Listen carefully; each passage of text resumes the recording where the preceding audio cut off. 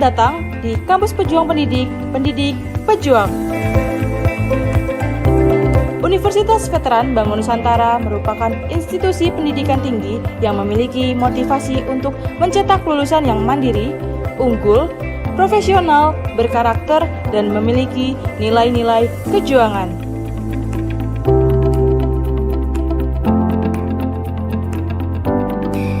Saya Rektor Universitas Veteran Bangun Nusantara, Profesor Dr. Farida Nugrahani Magister Humaniora.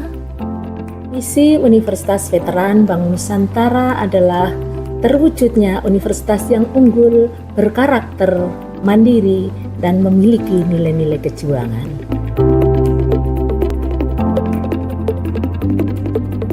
Univet bisa, Univet jaya, Univet unggul luar biasa.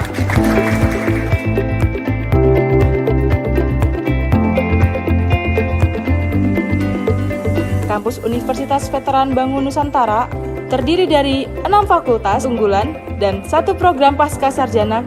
Univet Bantara memiliki peringkat ke-97 antar perguruan tinggi se-Indonesia, dilansir melalui website EduRank. Assalamualaikum warahmatullahi wabarakatuh. Yang saya hormati Bapak Ibu dosen penguji Universitas Veteran Bangun Nusantara Sukoharjo. Perkenalkan, saya Rina Wahyu Hidayati, mahasiswa pendidikan profesi guru calon guru gelombang 2 tahun 2024.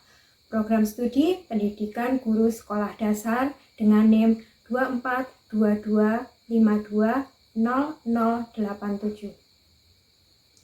Saya akan memaparkan hasil refleksi selama mengikuti PPG calon guru yang terangkum dalam seminar pendidikan profesi guru dengan dosen pembimbing Dr. Benedictus Sudiana MPD.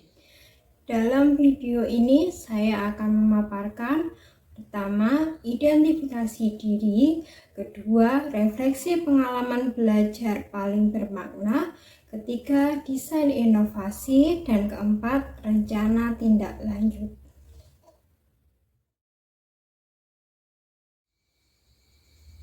Identifikasi diri. Visi untuk pendidikan. Menciptakan lingkungan belajar yang berpusat pada peserta didik, memfasilitasi pengembangan potensi peserta didik, serta membentuk generasi yang berakhlak mulia dan berkarakter sesuai perkembangan zaman. Visi calon guru. Menjadi guru profesional yang berkompeten, inovatif, dan menyenangkan, sehingga dapat memberikan kontribusi terbaik dalam mencerdaskan dan membentuk karakter peserta didik yang sesuai dengan perkembangan zaman. Rencana mencapai visi. 1. Terus belajar dan mengembangkan potensi diri untuk menjadi guru yang berwawasan luas, inovatif dalam mendidik, dan berkarakter adaptif. 2. Mengikuti dan selalu memperbarui pengetahuan tentang perkembangan dunia pendidikan demi meningkatkan kualitas pembelajaran dan relevansi dengan zaman. 3. Membekali peserta didik dengan keterampilan berpikir kritis, kreatif, kolaboratif, dan komunikatif. 4. Membimbing peserta didik untuk mengembangkan potensi diri secara optimal, baik dalam bidang akademik maupun non-akademik.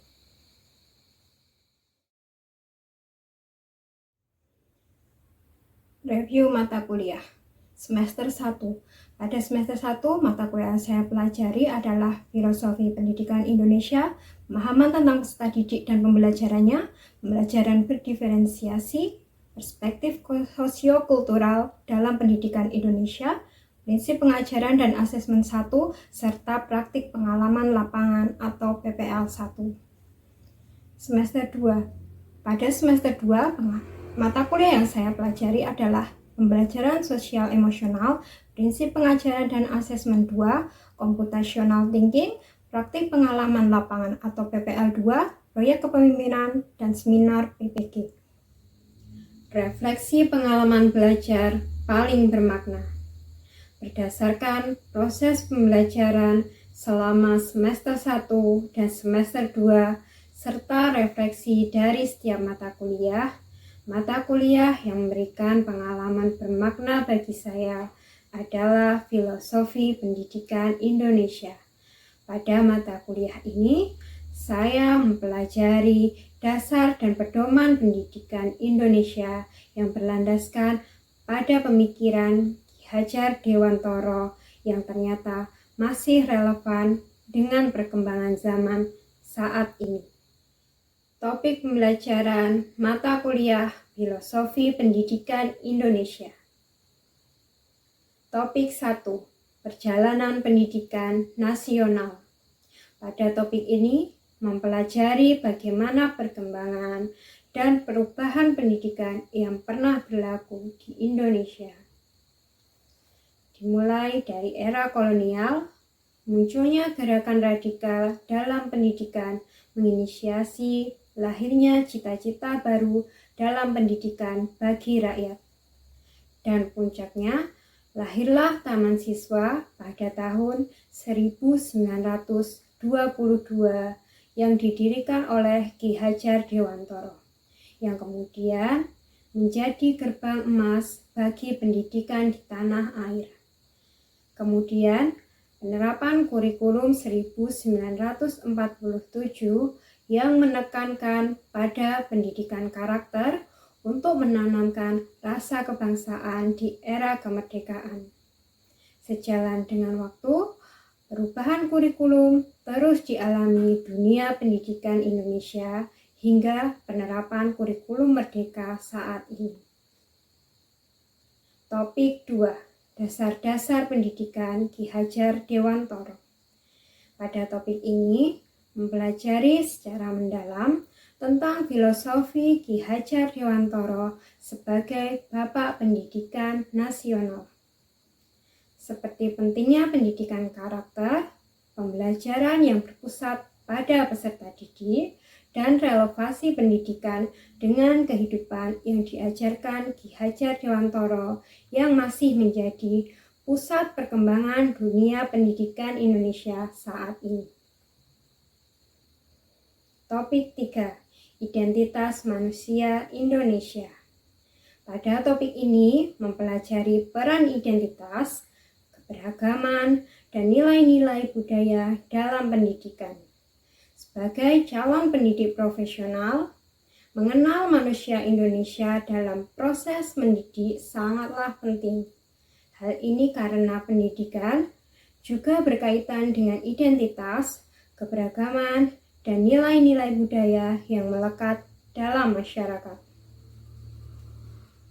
Topik 4. Pancasila sebagai fondasi pendidikan Indonesia. Pada topik ini, mempelajari Pancasila sebagai entitas adalah sebuah konsep yang sangat penting dalam memahami jati diri bangsa Indonesia, termasuk dalam pendidikan. Pengalaman belajar yang paling bermakna pada mata kuliah Filosofi Pendidikan Indonesia yaitu mempelajari bahwa pendidikan Indonesia dilandaskan pada pedoman dan dasar pendidikan Ki Hajar Dewantara yang memerdekakan dan berpusat pada peserta didik. Ki Hajar Dewantara menyampaikan bahwa tujuan pendidikan adalah untuk menuntun, di mana dalam prosesnya anak diberi kebebasan, sementara pendidik memberi tuntunan dan arahan. Pendidikan sejatinya menuntun anak mencapai kekuatan kodratnya sesuai dengan kodrat alam dan zaman. Guru sebagai pendidik perlu untuk menuntun dan membimbing peserta didik sesuai dengan kodrat alamnya melalui pendekatan sosial budaya mereka.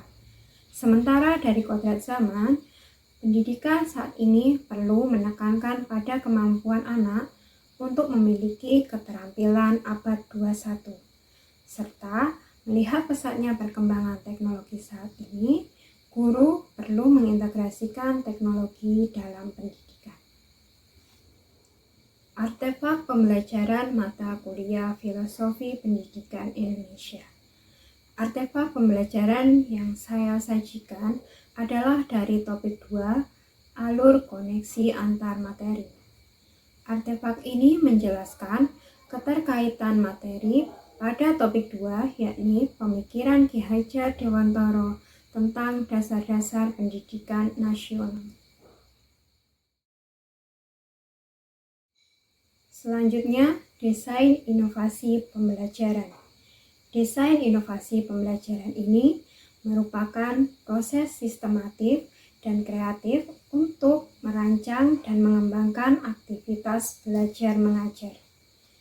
Desain inovasi yang saya tampilkan di sini adalah perangkat ajar berupa modul ajar. Modul ajar ini saya rancang dengan model Project Based Learning atau PJBL. Keunggulan dari model PJBL ini salah satunya adalah memerlukan kerja tim, sehingga peserta didik belajar bekerja sama secara aktif selama pembelajaran. Kemudian, media pembelajaran berbasis teknologi. Media berbasis teknologi yang saya gunakan adalah word wall berupa permainan interaktif. Selanjutnya adalah active learning, di mana peserta didik terlibat aktif selama pembelajaran dan keaktifan mereka nantinya akan mendapatkan apresiasi. Artefak desain pembelajaran.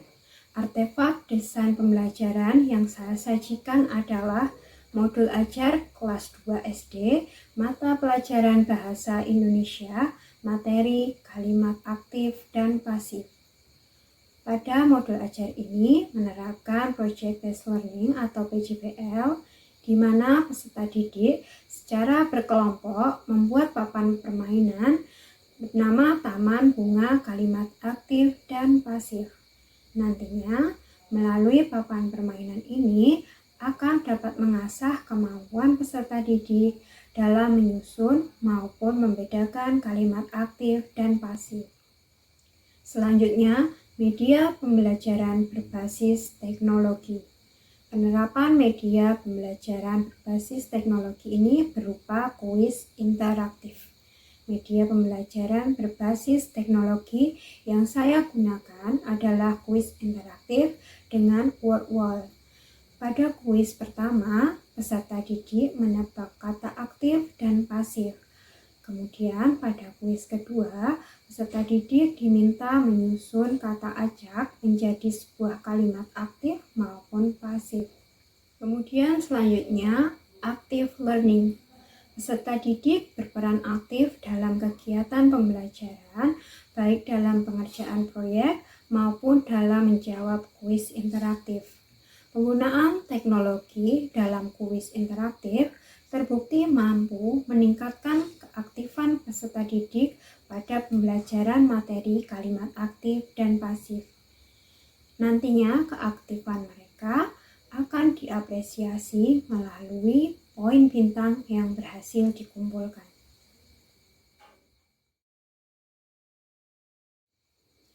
Rencana tindak lanjut. Pertama, mengenali karakteristik peserta didik.